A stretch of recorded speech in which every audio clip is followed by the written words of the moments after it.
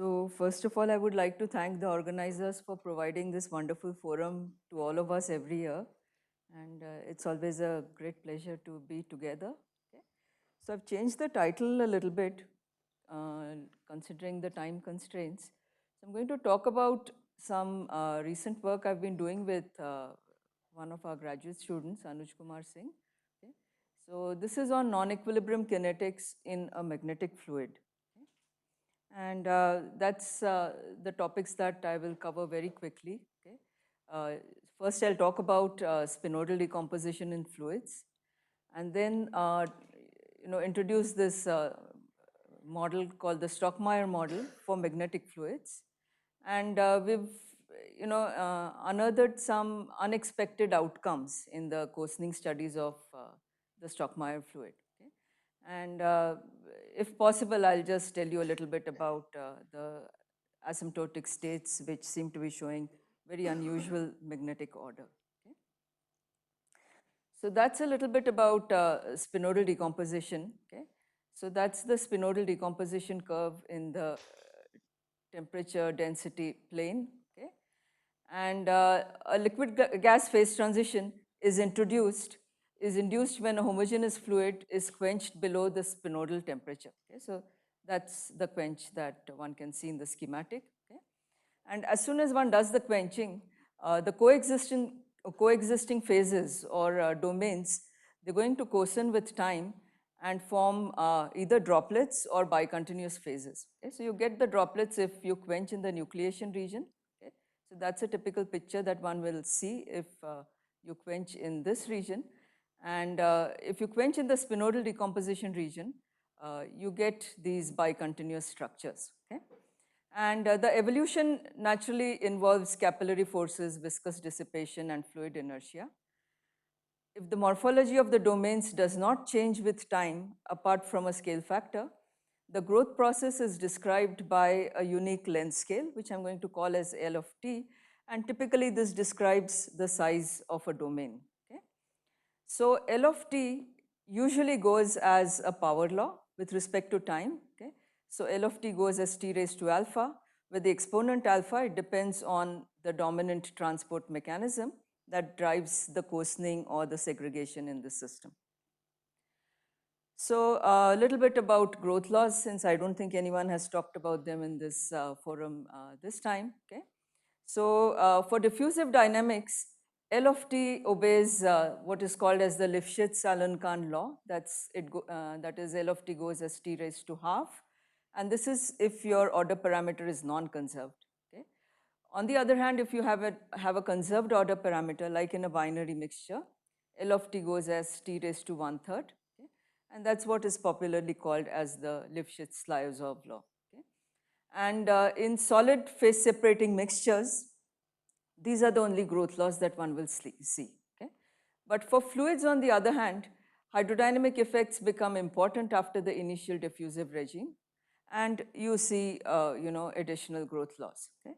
So way back in 1985, Furukawa, he argued that fluid inertia is much less than the fluid viscosity for early times, while the reverse is true for late times. Okay?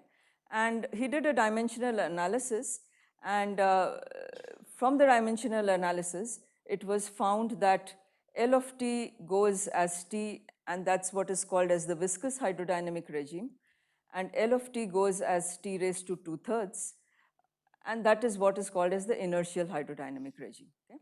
And the crossover is at this particular length scale, Li star.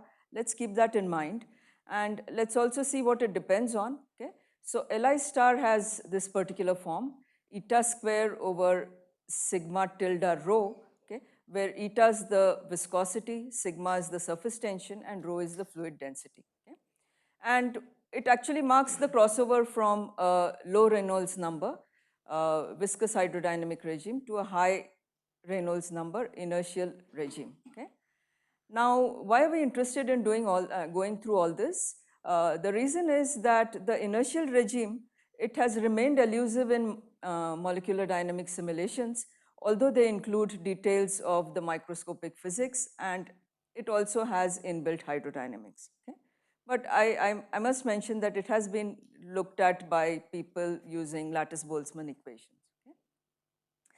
So with this background, let me tell you a bit about the Stockmyer model and where is it useful. Okay? So it's useful for dipolar fluids or magnetic fluids, okay, which are essentially magnetic particles dispersed in a carrier that in a carrier liquid. And these particles, because of the magnetic moment, they interact via long-range dipole-dipole interactions, and these interactions are anisotropic, okay, unlike the Ising kind of interactions. Okay?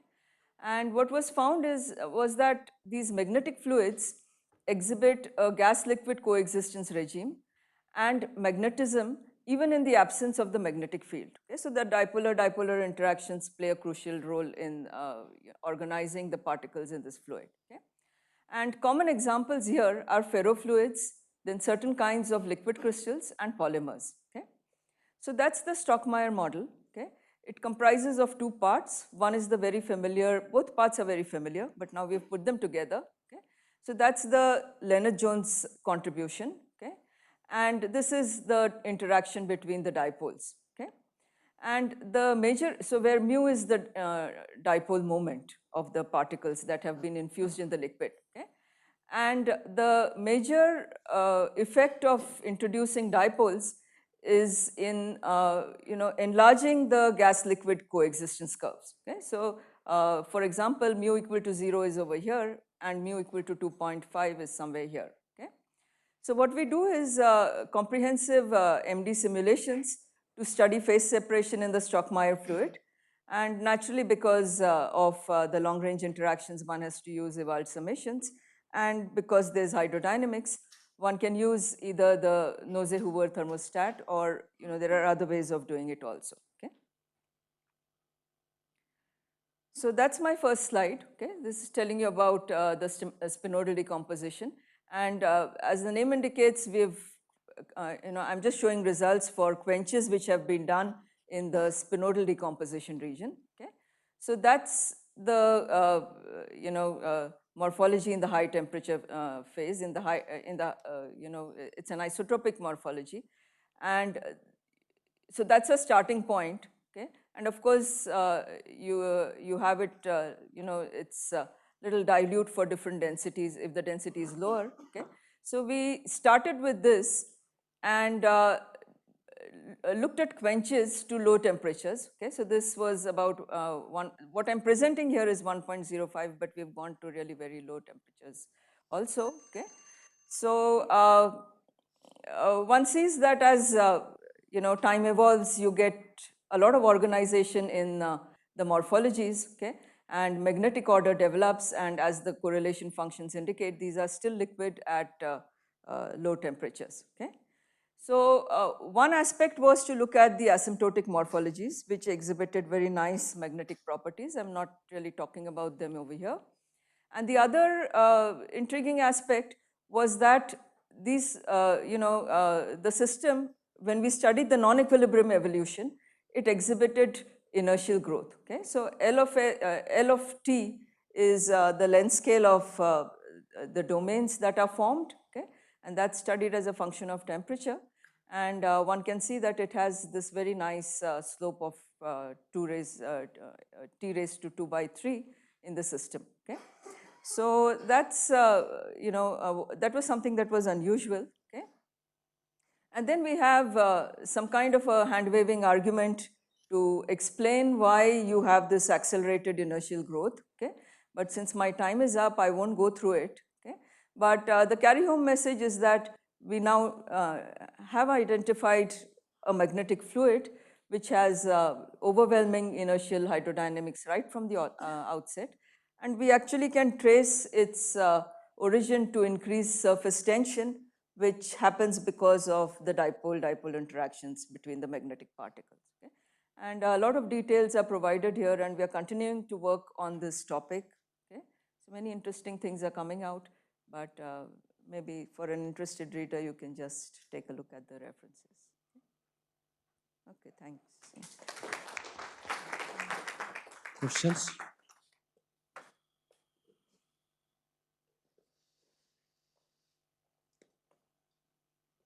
Okay, as there are no question, let's check. So the magnetic interactions don't alter the effective viscosity. I mean, or they do. I mean, meaning your inertial length depends on viscosity and. These are some. Oh, it's up there. Sorry. It's here. Sorry, I So just missed that. this is numerical data from work of other people. Okay, and what we tried to do was we tried to fit these as a function of mu. So you can estimate how sigma and eta grows as a function of mu, and use it to find out the. So you're saying inertial length. finally the net effect is that L star reduces a lot. Reduces. Combining the So two. like Okay. L goes as mu raised to minus 2.7, minus 3, let us say. Let's.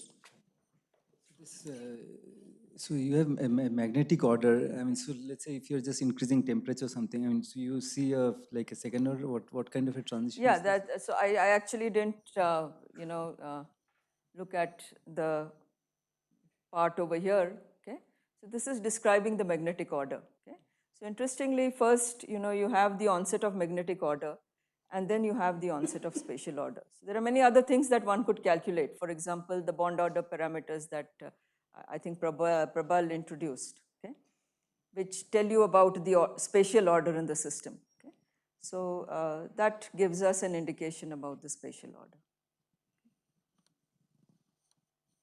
Let's thank the speaker once again.